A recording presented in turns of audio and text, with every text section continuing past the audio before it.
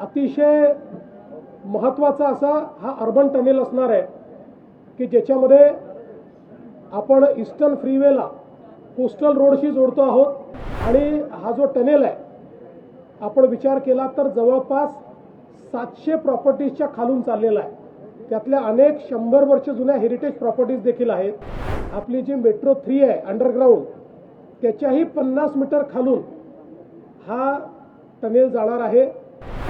आजचं Orange Gate tunnel launching shaft आज आपण सुरू केलेला आहे आणि जी TBM आहे ती आपण लॉन्च केलेली आहे।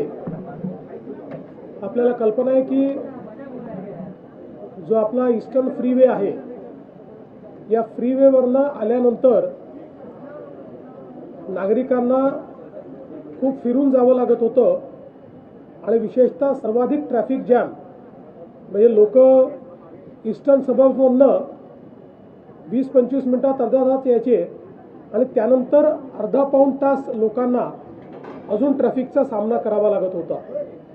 त्यासोबत आपण जो नवी मुंबईचा एअरपोर्ट तयार केला आहे त्याच्याकडे जाण्याकरता दक्षिण मुंबईतले लोक किंवा वेस्टर्न सबर्ब्सचे लोक यांच्याकरताही एक प्रकारे खूप लांबचा पल्ला त्याच्यामध्ये त्यांना गाठावा लागत होता आणि म्हणूनच हा जो काही ऑरेंज गेट टनेल आहे याची संकल्पना करण्यात आली आहे। मुळामध्ये या ठिकाणी पहिल्यांदा ज्यावेळी उद्धवजींचं सरकार होतं त्यावेळी एक फ्लायओव्हरची संकल्पना मांडण्यात आली होती। मात्र आम्ही हा निर्णय केला की हा फ्लायओव्हर या ठिकाणी करणं जवळपास अशक्य आहे, कारण त्याकरता जो ट्रॅफिक थांबवावा लागेल तो थांबवणं शक्य नाही।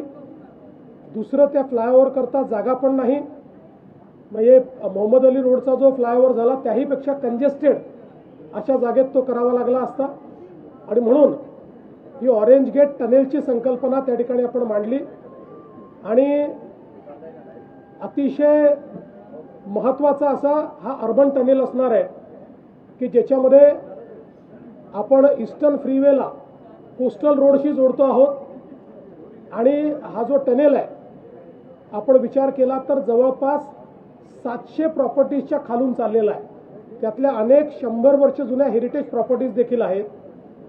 ईस्टर्न रेल्वे आणि सेंट्रल रेल्वे या दोन्हीच्या लाईन्स खालनं तो चाललेला आहे आणि सगळ्यात महत्त्वाचं की त्याच्याही खाली असलेली आपली जी मेट्रो 3 आहे अंडरग्राऊंड त्याच्याही 50 मीटर खालून हा टनेल जाणार आहे।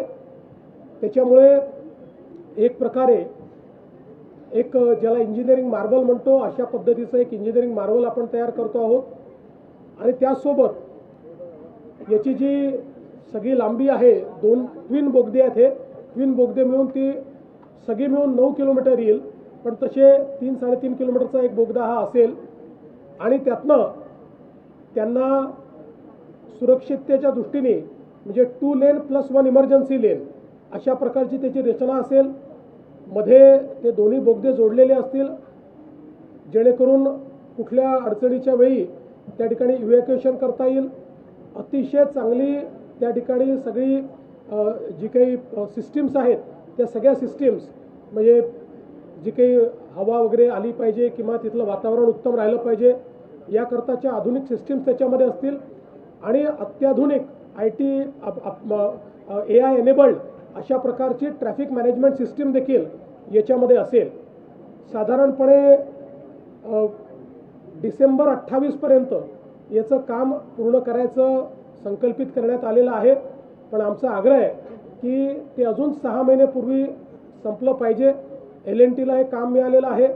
त्यांची पहिली टनेल बोरिंग मशीन ही आज आपण या ठिकाणी लॉन्च केली आहे।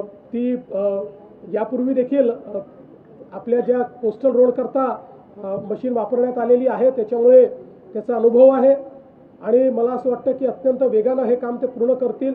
दुसरी जी मशीन आहे ती लवकरच येईल, दुसरे टनेलचं त्या ठिकाणी बोरिंग सुरू होईल, त्यामुळे वेळेत हे काम पूर्ण करणं अशा प्रकारचा आपला प्रयत्न आहे।